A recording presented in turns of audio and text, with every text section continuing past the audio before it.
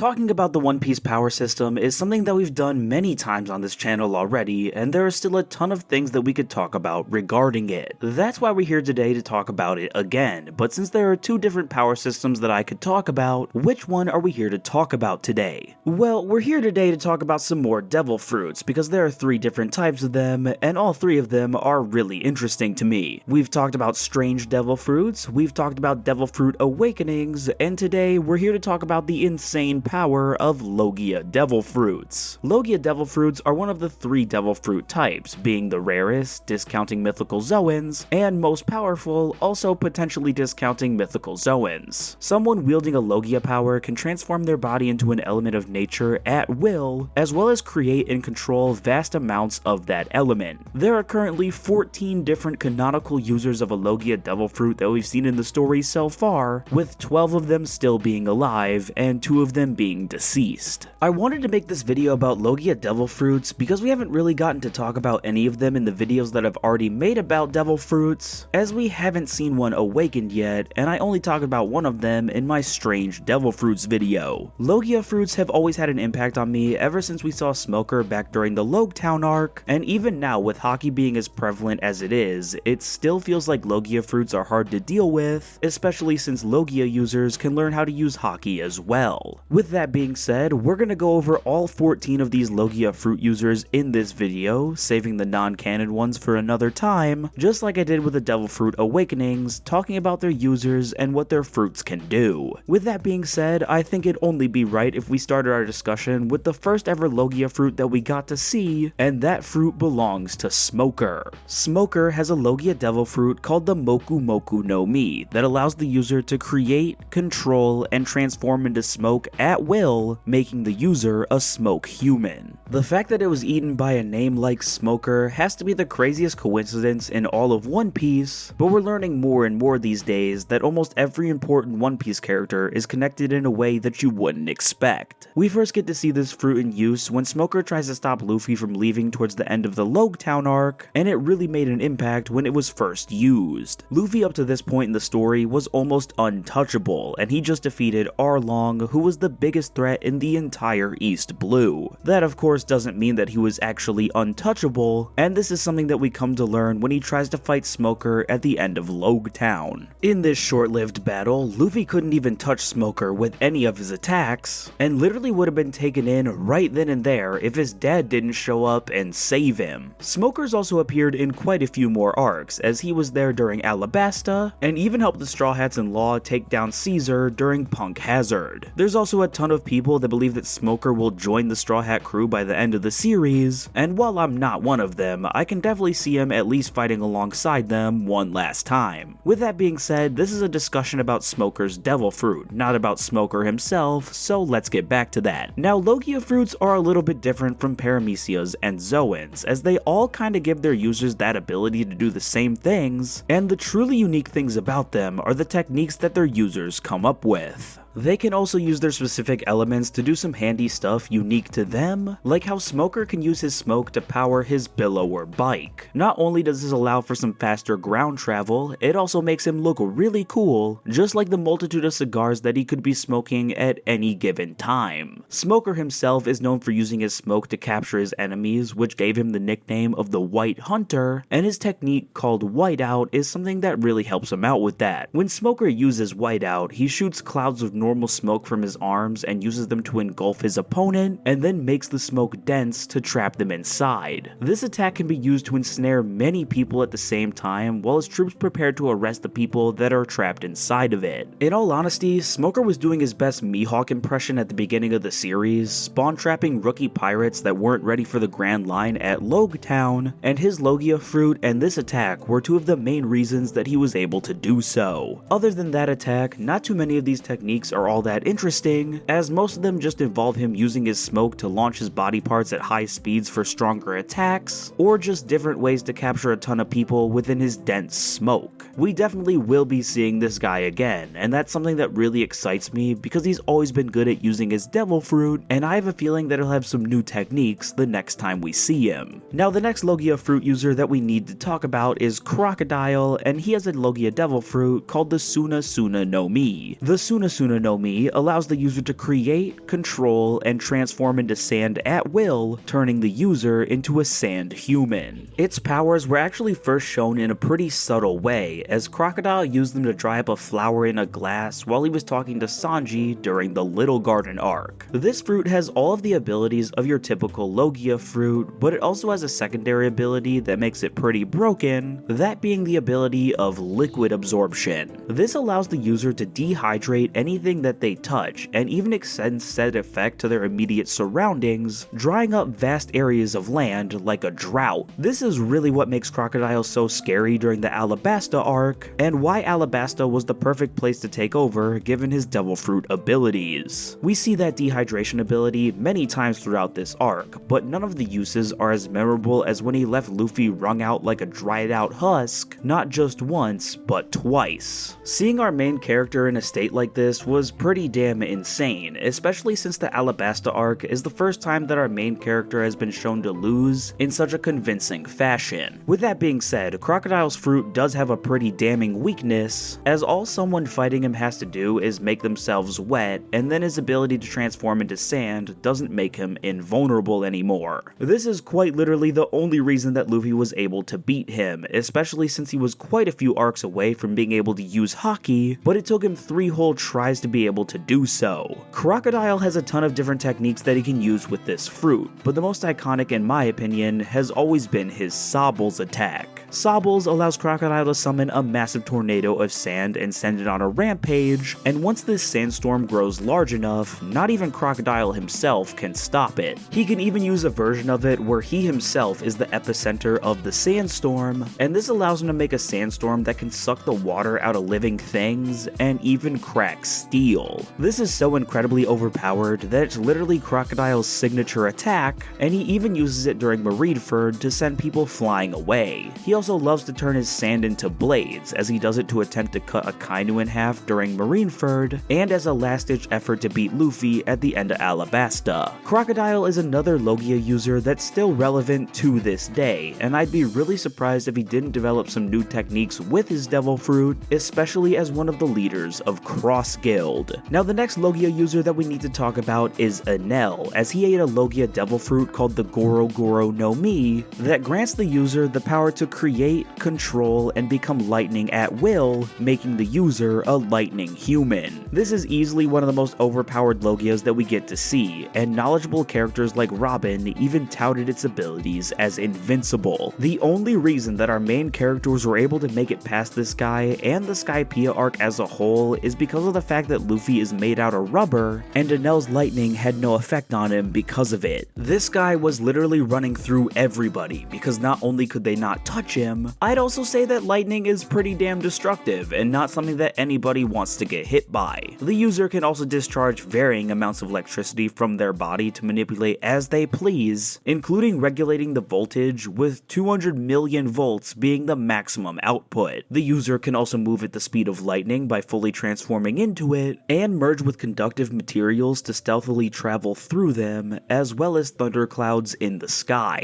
They can even spawn electricity inside of their own body, meaning that they can even restart their own heart in case they suffer from cardiac arrest. This shit is truly overpowered, and it's all of the stuff that Enel can do with electricity that still made him a tough fight for Luffy, even though Luffy was immune to his most powerful attacks. He can also use it to power things, duh, and the main thing that he powered with his fruit during the Skypiea arc was his flying arc that was meant to take him to the moon. The craziest thing about this being that even though Enel was defeated, he eventually did make it to the moon, where he now controls a tiny robot army and can definitely come back anytime he wants. Enel has a lot more techniques than I remember him having, but there are 2 major ones that I want to talk about and have always stood out to me. The first one of those techniques is called El Thor, also known as Heaven's Judgment, and is one of his signature attacks, used by him whenever he sought to punish Skypieans across the country for speaking against him, all the way from his shrine. To do this, Enel sends lightning from his arm to gather in a cluster above his target, then makes it crash down as a massive column via a swipe of his arm, frying said unlucky target while usually leaving a deep crater in the ground. This attack will always stick in my mind because of how scary it made the prospect aspect of Enel before we even saw him and what he was truly capable of. The fact that this is only one of the very many things that he's capable of is absolutely insane, and seeing lightning just choose who it wants to strike from time to time had to be scary for the people of Skypiea. The other technique that I wanted to talk about was his Amaru attack, as it's quite literally his ultimate attack. During this attack, Enel morphs his body into pure 200 million volt electricity while growing in size to become a giant, pot-bellied, Raijin-esque lightning figure. In this state, Enel is at his strongest, can unleash immense bolts of lightning from his hands, and wields his original gold staff split into a pair of tridents which burn anything they touch. This technique will always stand out to me because of the fact that it was Enel's final stand against Luffy, and even though he tried to use everything at his disposal, it still wasn't enough. He also just looks incredibly cool in this form, so I'm hoping that it's something that we see again when he eventually appears in the story again.